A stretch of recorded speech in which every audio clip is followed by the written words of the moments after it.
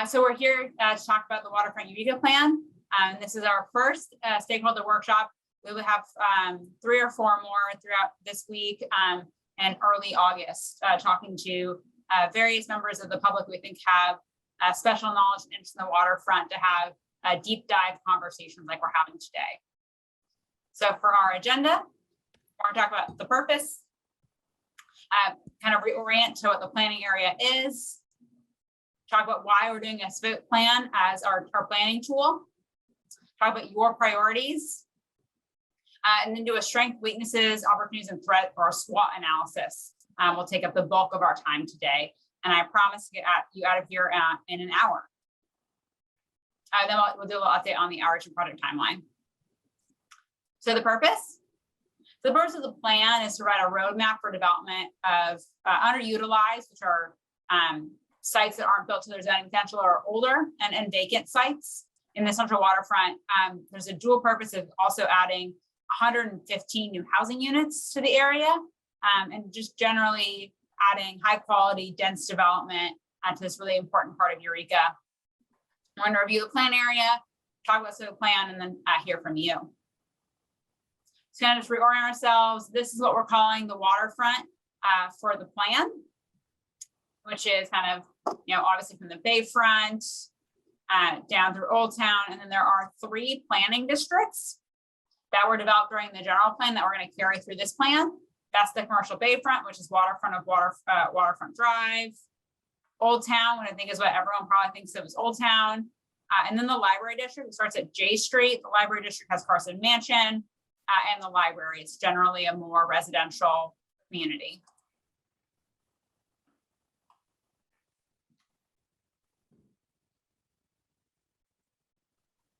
Let me keep going from here. Sorry, I'm having some Zoom problems. And then during the participation where I'm gonna promote everyone so we can all just talk in one room. The role of the plan. So why we're doing a SWOT plan? SWOT plan implements the general plan. So it's actually a goal in the general or policy in the general plan to write a SWOT plan. It also promotes CEQA streamlining, so it'll be easier to develop in accordance with the plan once it's adopted.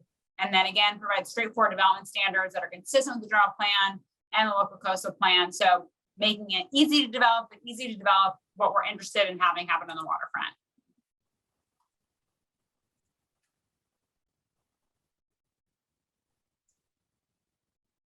Sorry, my PowerPoint is not advancing the way it's supposed to be today. So kind of thinking about everyone's priorities. I'll kind of set this up and then promote everyone so we can kind of talk openly. So before we kind of got into our SWOT analysis, we're going to talk about what everyone here thinks is the most important in the plan area. To kind of prime you, we are thinking about maybe the housing options, sea level rise, or vibrancy and safety in the streetscape. But you're welcome to have any other ideas.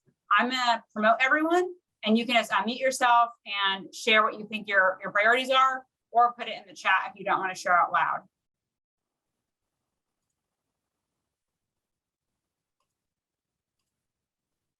So you'll see that you are all going to be promoted.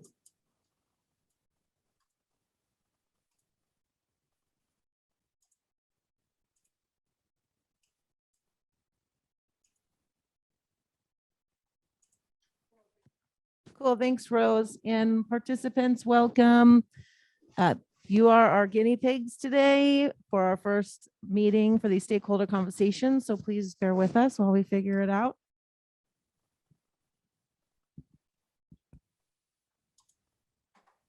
And yeah, you can just unmute or put in the chat what you feel your priority is for this area. Okay, I'll start. I'm Jen Calt with Humboldt Baykeeper, and I would say that definitely adapting to sea level rise is a big concern. Increasing housing in areas that are not at risk from sea level rise and creating a more walkable and vibrant, as you say, streetscape. And then you probably won't be surprised to know that Baykeeper has concerns about these underutilized properties having contamination from past industrial uses. That is often the reason that there are vacant or undeveloped lot or underutilized lots in the city's core, and in any city. And so like with the C to F Street discussion at the city council, that site that the Dick Taylor chocolate factory is being built on has contamination that needs to be addressed and fully investigated. So a lot of these sites have those kinds of issues. Yeah, and then this is a good time to plug on the website, which I believe we have a link to, and I can Nick can throw it in the chat. We have our background report, and it actually does outline those sites that Jen's talking about with the contamination in the Bayfront.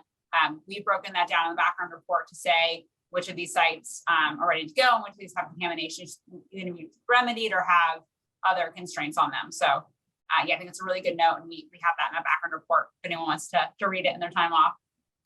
Okay, I will check that out, but wanted to add one more thing, which is highlighting the bay as part of the waterfront areas. At the city council meeting and the C to F discussion, there was talk about building a shipping container wall to block the wind, and several council members raised the issue that we want to be able to see the bay and celebrate the bay. And so having not just the view shed, but also public spaces along the waterfront is really important. I'll say ditto to everything that Jen said. All of these are priorities for us. And I should introduce myself, Tom Wheeler, Executive Director of EPIC.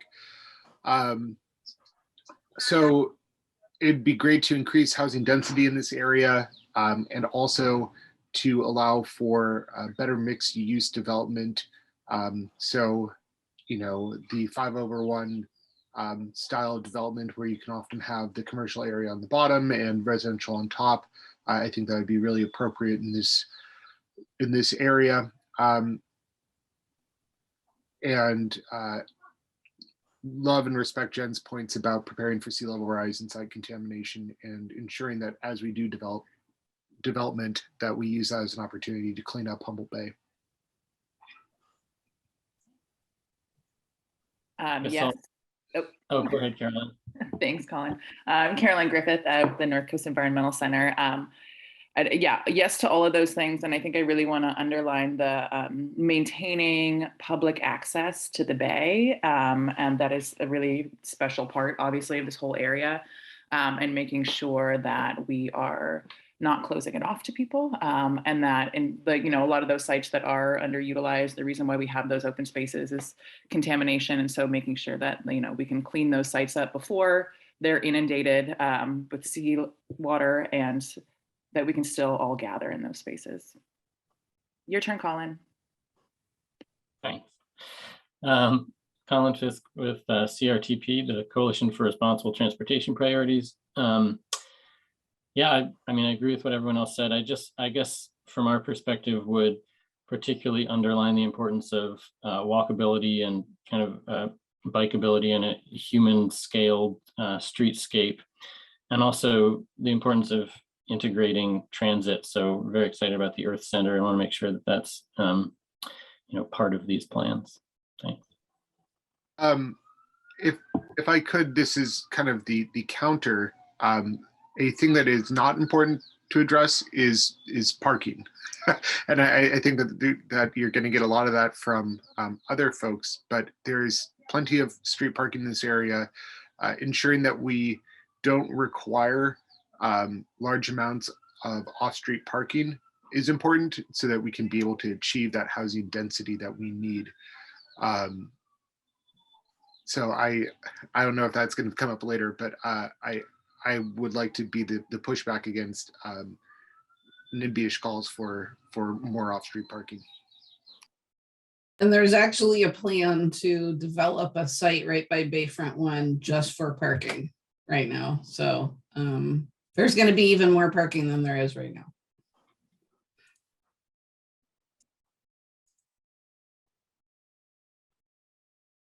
Awesome. Yeah, I share your love for Humboldt Bay, so that these points are not taken lightly. The next step in what we're doing, let's see if my PowerPoint will work today. is a SWOT analysis. So thinking about, yes, all these things are important. Now I kind of want to have an interactive session thinking about what's going on in Eureka, the waterfront, in the world that makes these things maybe more challenging to implement, or kind of how do we do that? So the way we broke this down, and I'll share my screen with this, is we're thinking about what is helpful and harmful. And then if those things are internal or external. So I have some examples before we open it up. So saying that I thought was helpful and internal. So the strength in the project area is all the beautiful historic buildings. That's something that brings people to the waterfront. It's one of, when I fell in love with this area, it was definitely the historic buildings in Old Town. And it's something we can control in the plan, that we can use planning policies to enhance and enforce and protect. So that was, I categorize that as a strength.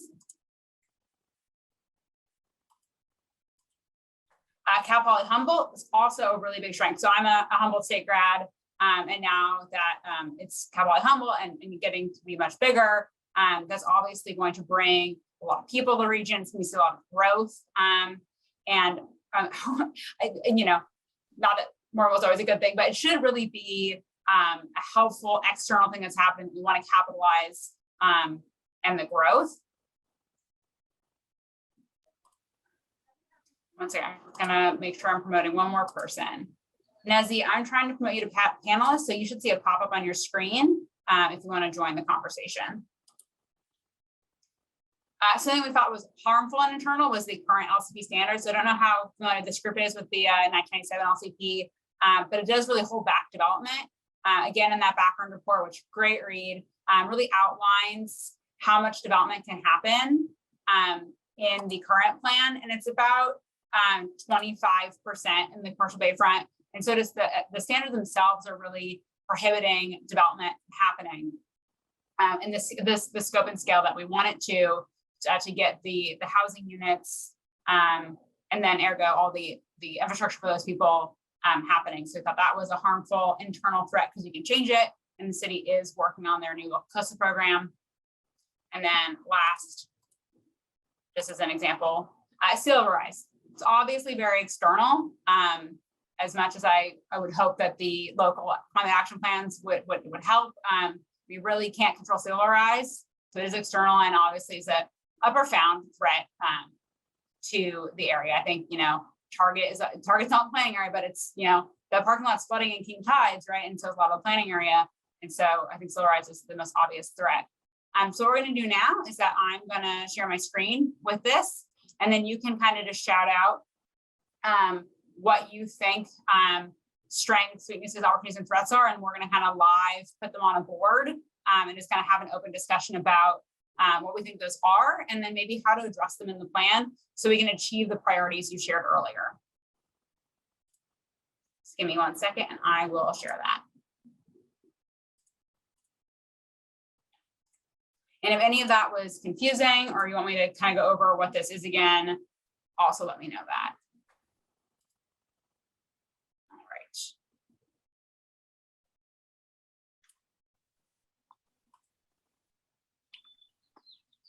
Well, in the same vein that Cal Poly Humboldt is a helpful external opportunity, we have offshore wind energy development, which is going to be in view of this area, which I think is both a great economic driver, you know, family wage jobs for blue collar and white collar workers. That is another wonderful opportunity for Eureka to take advantage of, not just in this playing area, but just generally.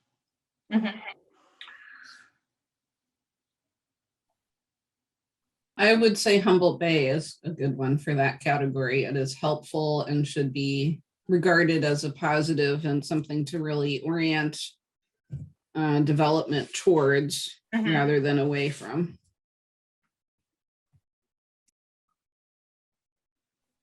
In a harmful external threat, I see that our local housing development community is not very creative in pursuing infill development.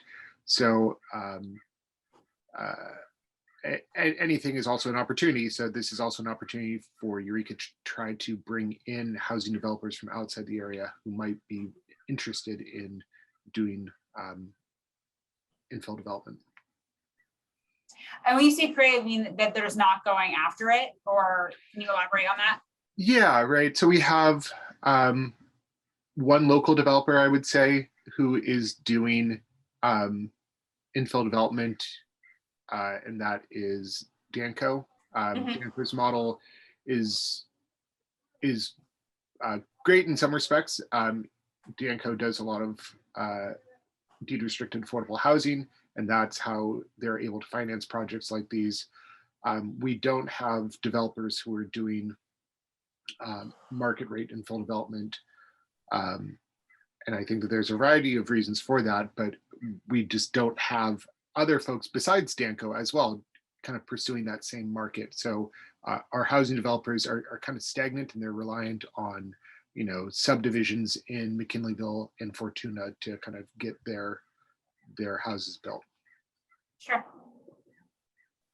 I'd say on the flip side of that, in the opportunities category, there is, although I'm not aware of them doing any development anytime recently, but there is a community land trust that does housing theoretically in the area, owns housing, and there's the recently organized Dishkama Humboldt, from the Wiyot tribe, that is interested in doing this kind of thing. So I think there are some sort of nonprofit assets potentially, or opportunities. I would also say, and maybe this is on the weaknesses side, maybe this is part of what you meant by the LCP standards, but parking requirements. Mm-hmm.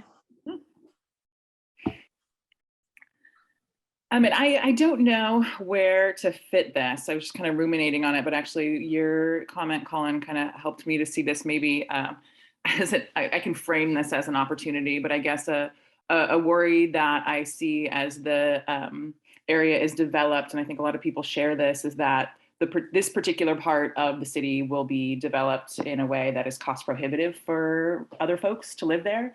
So I guess we could frame this as, an opportunity. This is an opportunity to develop a beautiful part of our city in a way that is affordable and equitable, so that we can maintain that mix of income levels that already exists in this area. And like I said, I can't think of where that fits, in which letter you put that under, but it's just this thing that really keeps bubbling up in my mind. There are a lot of folks who do live along the bay, not in houses, and thinking about, obviously that's not the optimal place where they want to be living, but how can we develop this in a way that really does provide housing for everybody who needs housing? Yeah, I think mixed income housing is definitely an opportunity. I've been trying to think about how to say this, but in the harmful internal category, I would say resistance to Coastal Act standards. So you talked about the LCP standards as they exist today being a harmful internal situation because they're so outdated, I'm assuming, and they have some, things that are impeding development of various sorts, like the visitor serving requirement that the city has in their LCP for whatever reason, for ground floor businesses have to be considered visitor serving.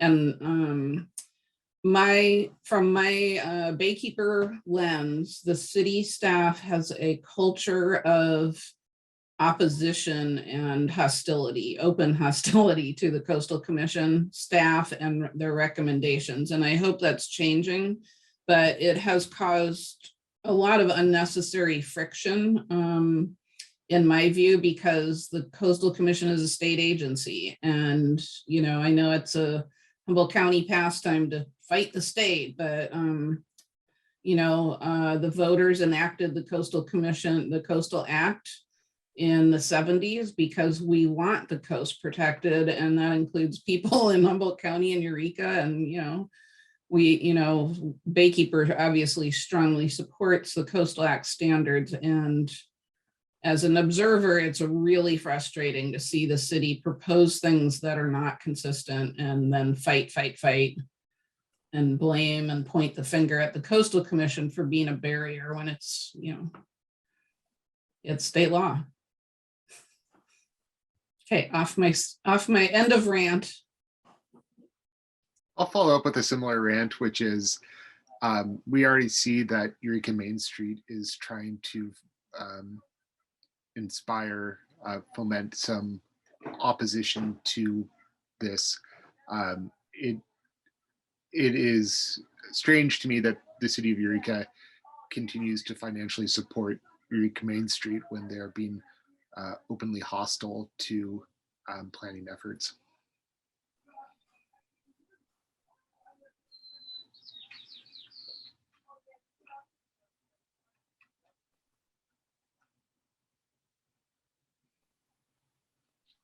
Anyone else? Is there anything we want to dig into and talk about potential solutions?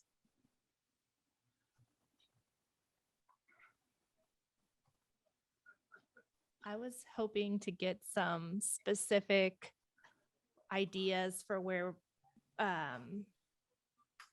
you know, improved coastal trail connections or access points or bikeability, specific places that you're interested in seeing that.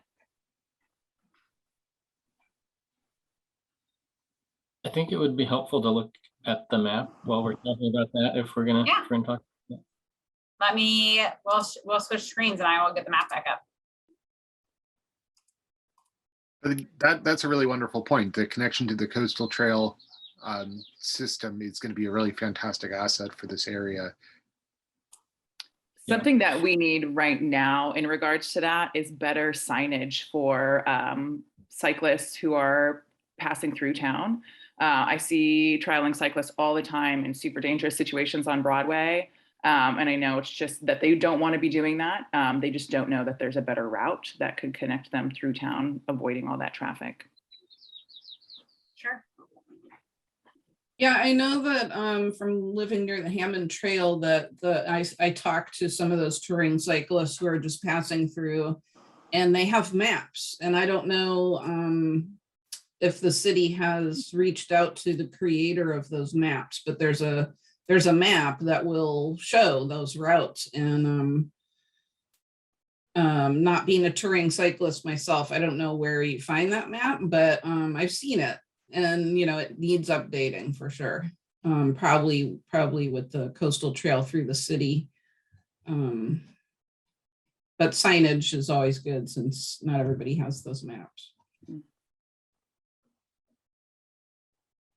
Yeah, and I think, I guess, you know, my focus is usually more on local, you know, commuting cyclists and that kind of thing. But I do think that right now, anything sort of north of 5th Street or maybe even north of 7th Street is, there's just not much in the way of bike infrastructure. And so, you know, given that that's a major destination for, you know, county services and employers and all that kind of stuff, then, and it's busy and on some of those streets rather fast traffic, it would be nice to have at least a few connections that have, you know, sort of protected bike infrastructure. I wish I had specific suggestions right now about which streets those should be on. Well, like, I mean, H&I Street, I don't know if anybody from the city can verify, but as those, they're in the design process right now, I think. So hopefully those would go all the way down to the waterfront as they put the bike lanes on those. There's definitely a spot that I don't know what street it is. It's just a little bit, would that be to the east of the bridge? So it's kind of there's the bluff there right above, the commercial, where at Halverson Park, right? And there are some spots where, that just kind of impedes people getting down. But on the other side of the bridge of that, when you're coming kind of through the industrial area, there's not a really good connection. You go across the railroad tracks. T Street, maybe? That, I think you TR. might be right. Yeah. And here, this should be T right here. I think that's right. Yeah, I think that's the last connection there on that side of the bridge. So maybe something between T Street and the bridge, another connection. Mhm. In kind of the same vein of making the waterfront and the bay the focus of this area and using that as an opportunity, we have a great opportunity in Halverson Park. It's currently underutilized. It's a little just kind of, there's not really much there except for that little amphitheater that is almost never in use. Having a focus on park redevelopment there, pursuing grants to try to make that a destination, I think would be helpful for this area.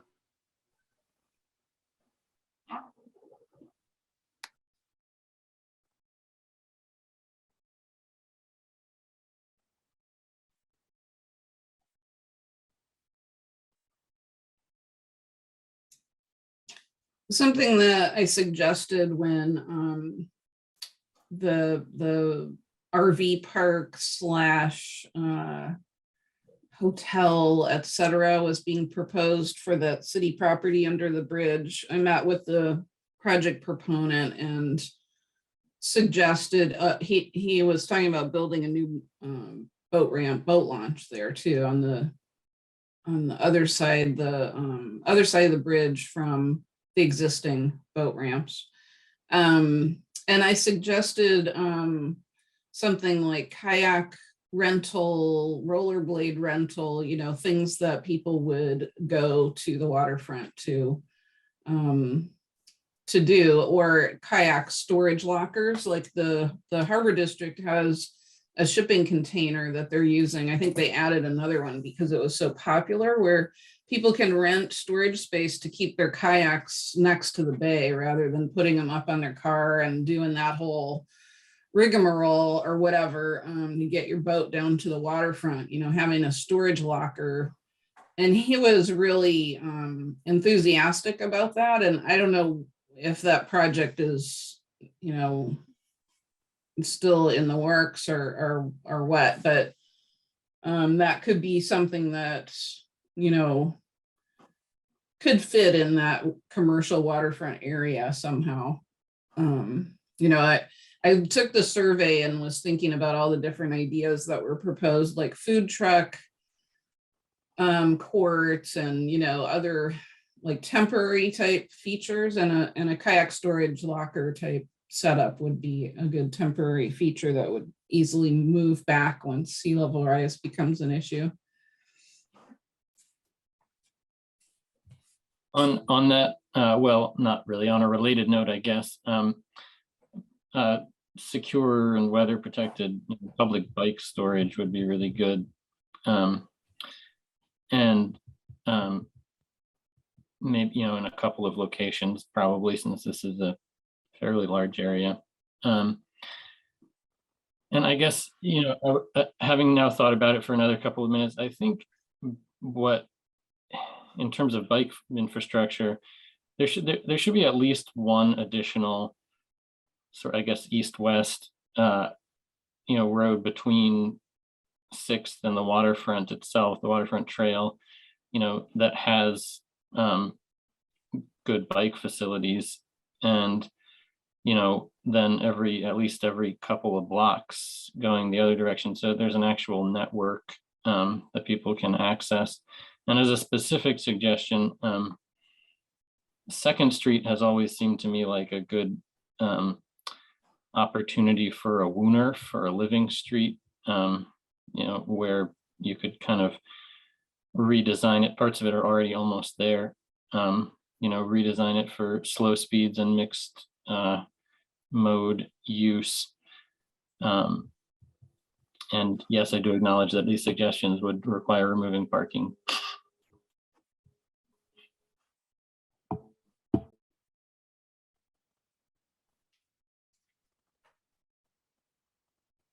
I love the term Warner, but I haven't heard it since grad school. It's a good one. Arcata is proposing the region's first WUNRF now, so it might happen.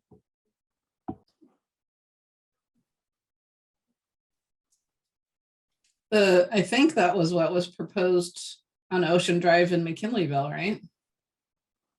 No, those were advisory bike lanes, which Oh, a little different, but that might be a thing. Maybe on Waterfront now. I don't know. I'm not sure if there's an opportunity for that. The WUNRF is more like where there's just no road markings, and you put out some street furniture and stuff to keep cars from driving too fast, and pedestrians and have the right of way, and everyone kind of just mixes. Cars are allowed, but they feel unwelcome, as pedestrians often do. Exactly. that gets me thinking. So on Ocean Drive, the county never did what they were proposing because there was not a lot of support in the neighborhood for it. And I'm curious, there's always NIMBY opposition to any kind of change. And I'm curious about some of the pop-up demonstrations. The county had one near the proposed town center in McKinleyville, and then the Caltrans has some on Broadway. And I'm just curious if that's a better way to propose new ideas that is less scary, so people can actually see what the change would be. That did happen in Eureka recently, Jen, on 6th and 7th Streets. And I'm on the Transportation Safety Commission, where that's kind of been floated as an idea for a few different things, just because it's less scary. And it's just more engaging to, like, the demographics of who's going to go to a meeting and, the evening and get upset about change that they don't want to see, versus people who might actually ride their bike over to see a pop-up demonstration or whatever in the daytime. It was one of my thoughts in terms of the external harmful section of our grid, which I realize we have a lot listed there, but the resistance to change or NIMBY opposition to most things, whether it's affordable housing or transitional housing or alternative bike lanes even, I wish the county had just done it on Ocean Drive and not had big meetings about it. Is there any Got place scared off. Is there any place in the plan area where like closing a street altogether to cars would make sense? Good question. The first place that would come to my mind would be around that. I forget the name of that little plaza there, but around that Brick plaza. Yeah, the Brick Plaza. Yeah, that one. But if we could implement a WUNRF, I think that'd be frankly just as good almost.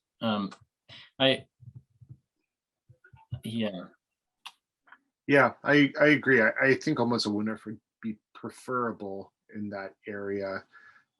For the Brick Plaza, though, something to kind of soften that area a bit. We don't really have much in the way of play equipment in Old Town area for kids. The plaza kind of becomes the default, and it's rough, right? Like I watch kids try to play on it all the time, and it just is like not made for that purpose. Something that also seems to excite people about that is the water feature. Perhaps in park plan development, having some sort of interactive water feature for kids would be nice as well. Go ahead. Sorry, I was just going to say, in thinking about Jen's and Tom's comments, another thing that's maybe an opportunity is, the recent development of materials and techniques for quick builds, for the streetscape, so that, a little bit more permanent than a pop-up, but something that you can kind of just do and then, relatively cheaply, and then maybe adjust later with experience.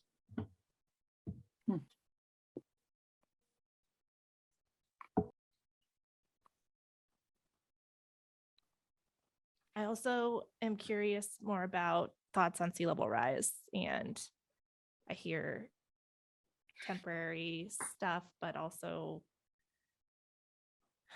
I don't know if you guys have seen the map of what's vulnerable and what your thoughts are on phased adaptation or development on the waterfront now that gets removed later, like mixed use stuff.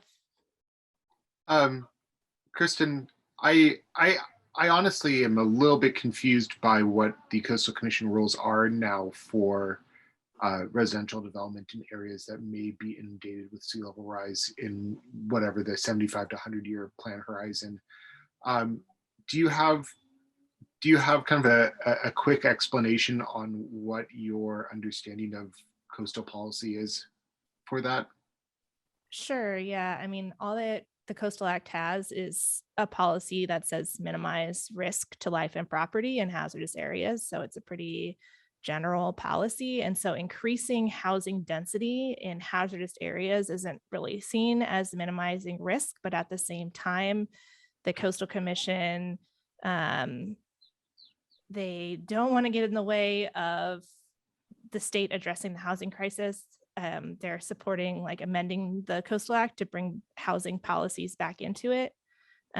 So I think that they will allow new housing in hazardous areas if it can be shown that it'll, minimize risk.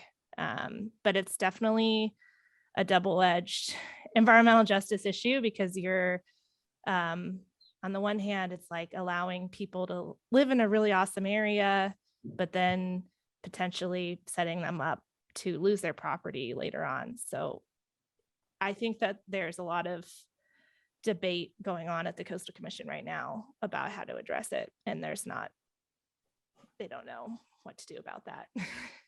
Yeah, I mean, my kind of lack of understanding, and I feel like that debate at the Coastal Commission has tempered my enthusiasm a bit for the viability of like the C to F Street development idea.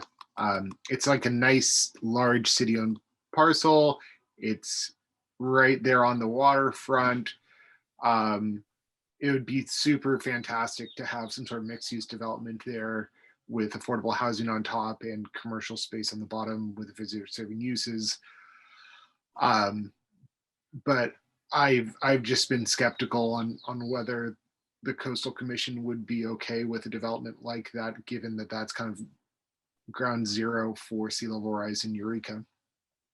And I don't know if kind of like a Venice style development where you plan for flooding on the first floor or something like that ameliorates Coastal Commission concern or whatever. Well, and speaking of sea level rise, looking at the commercial bayfront property area, the large Arkley property that is, I believe, composed of kind of dredge film material. I'll look to Jen for that, but I believe that is also a known contamination area.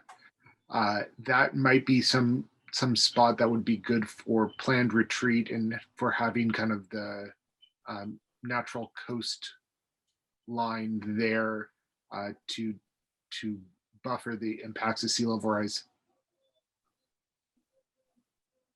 Yeah, I mean, the issues with development that's designed to flood, I mean, I don't know how it works with, say, rising groundwater. And, I was just reading this article about a place in Massachusetts where the rising groundwater is corroding the natural gas pipelines and the sewer lines. And so there are people actually just living in Massachusetts without a natural gas furnace and, plugging in space heaters because their natural gas line is useless. And,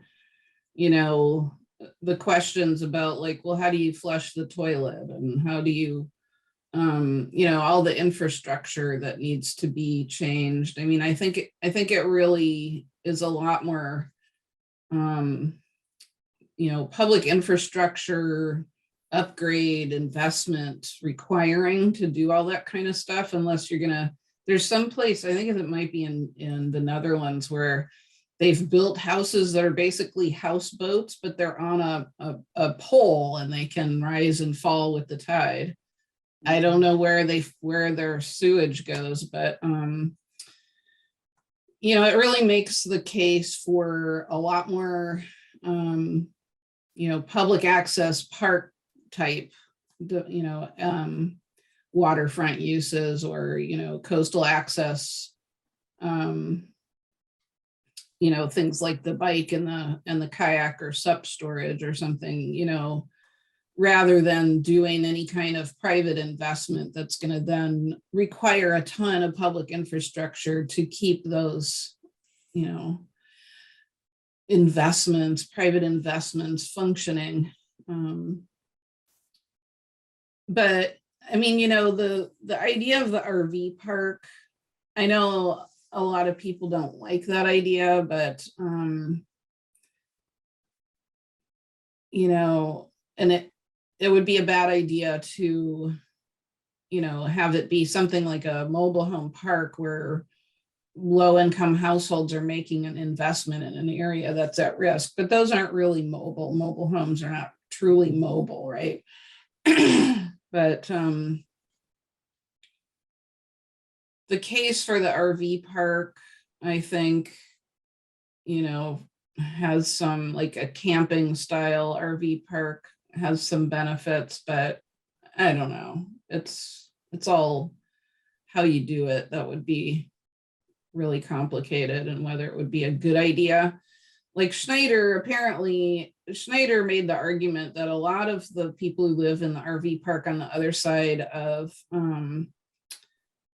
Highway 101, under the bridge, or under the, next to the Eureka Slough, that a lot of people are long-term residents, and that it's actually really good affordable housing for low-income households. I don't know though, but I think it's really problematic, but it could have some benefits, I guess. I see Nezzy was here, but she's not anymore. Yeah, she's gone. Well, it seems like it just occurs to me now that it's a good opportunity for education on sea level rise, to have temporary structures or things that are modular that can be built, and very clear explanations of why that is, and what is being done. And those are still potentially, public spaces, where you could have those, either kayak storage or bike rentals or what have you. Or like right now, at some point on the safety corridor in between Eureka and Arcata, there's like this shipping container place, and they have this really, really cute shipping container home out there now on display. And it's really like, it is not, I think that a lot of people, when they hear that, they imagine like, that just storing people in boxes, but this is a really attractive little home. And something like that could be, picked up and moved elsewhere.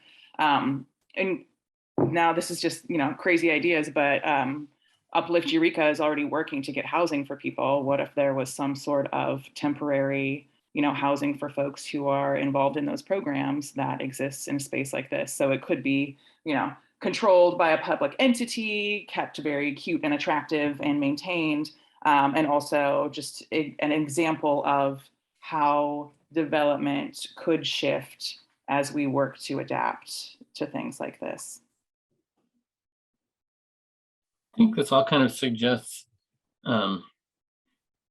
that we just have to be realistic about, what new development in a potential, potentially impacted zone means.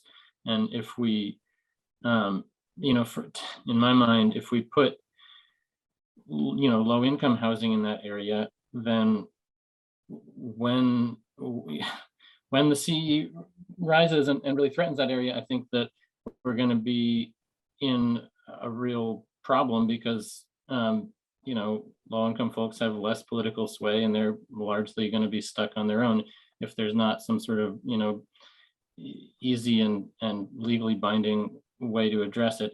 But on the flip side, if we develop, high income housing in that area, there's going to be huge political pressure in the future to, further armor the shorelines and do whatever else needs to be done.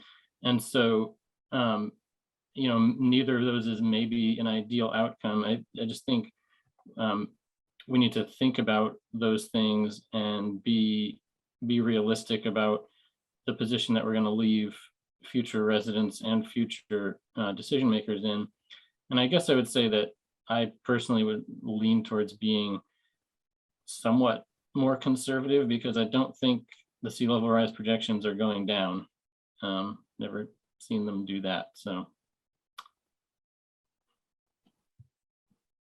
No, they don't go down. They just keep going up. It's a tough area because this is all, former Bay tidelands, the commercial bayfront district here or neighborhood area, whatever you want to call it. But, so it's all built on fill and, ultimately some restoration would be great to see in a way that can, adapt to sea level rise. But I don't know that this area is really suitable for that. Although there is the GNR Metals site that has the natural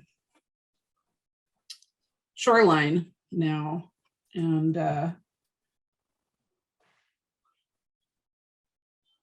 I walked down there for the first time during the kinetic sculpture race. People were just walking along the shoreline on that property. And it was interesting being down there on the bay where there's a natural shoreline right in the middle of all these artificial shorelines. But I think the tiny home idea might have, Kristen mentioned the EJ issues, and it is a huge issue if people are investing in property that's going to be at risk. And and like in East Palo Alto, the flood hazard zone, the 100-year flood zone keeps expanding. And so people who already are living in a low income area are being faced with these tripling and even higher quadrupling flood insurance policies. And so that's totally to be avoided, but some kind of good transitional or temporary housing. It's not my area of expertise, so I wish Nazi was here to speak to that, but it's a thought. I love the tiny homes idea, and I went to the students' practice session before they presented to the city council on a potential ordinance to allow tiny homes. So I don't know if the city's considering that, but it's interesting and creative and has potential. Yeah, the think city that's already also- allows homes as small as 150 square feet, but we don't allow tiny homes on wheels yet. I think this also raises again, that idea that it would be a good idea to have developers who are mission driven, who are land trusts or nonprofits or whatever, who can be both ensure ongoing affordability, but also, be accountable to responding to sea level rise and other changing conditions over the long term.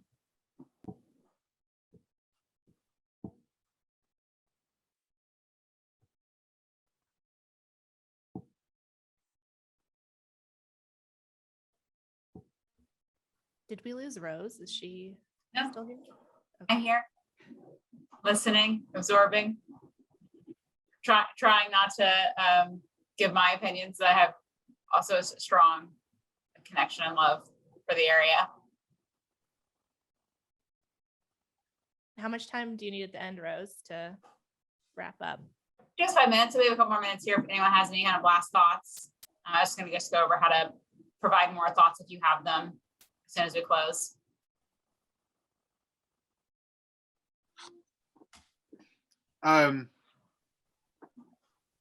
What is the city's thoughts on discretionary approval of projects in this area?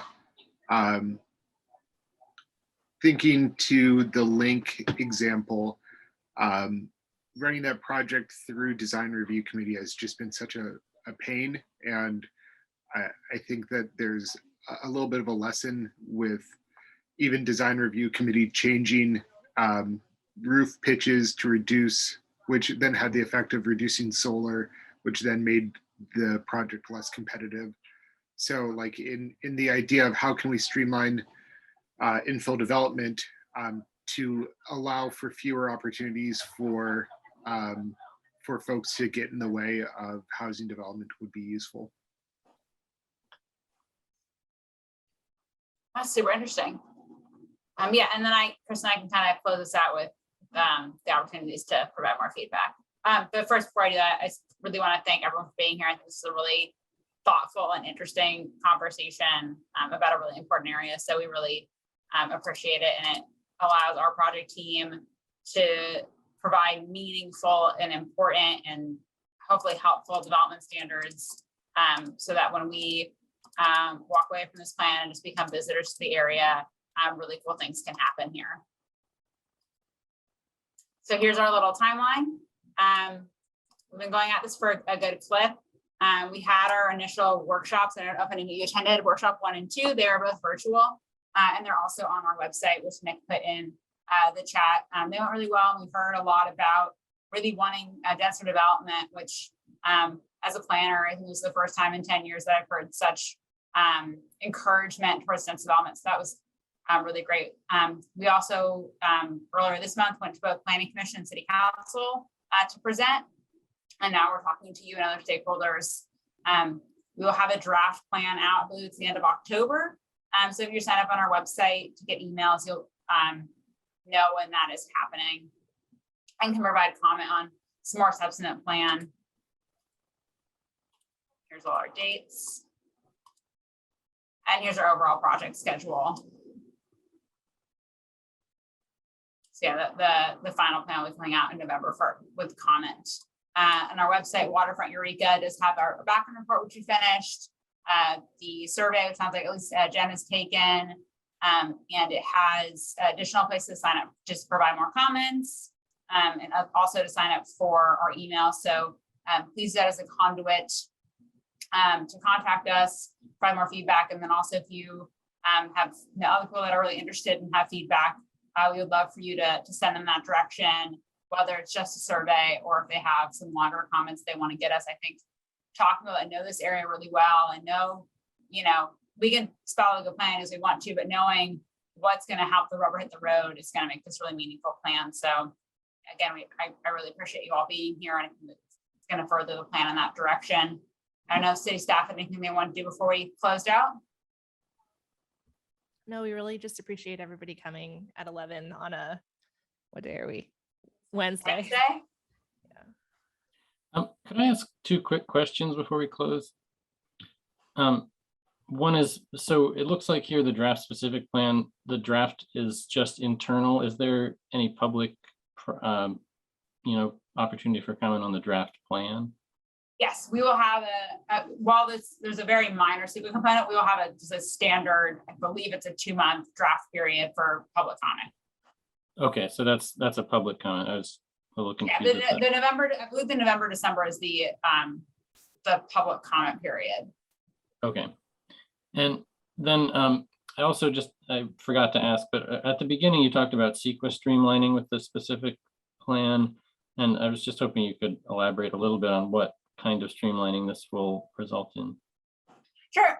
So CEQA we're doing is just going to tear off the general plan EIR because this won't increase development beyond that. It will increase development beyond the LCP, but that's not CEQA problem.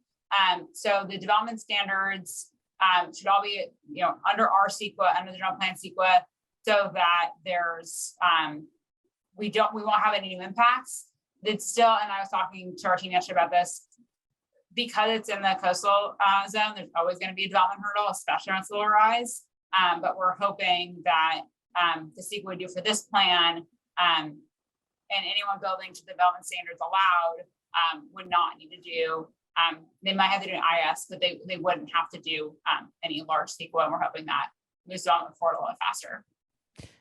Yeah, if I could add to that, we're hoping at the end of this that for larger projects, we could do something like an addendum to the EIR for large projects instead of going through that full CEQA process. Okay, thanks.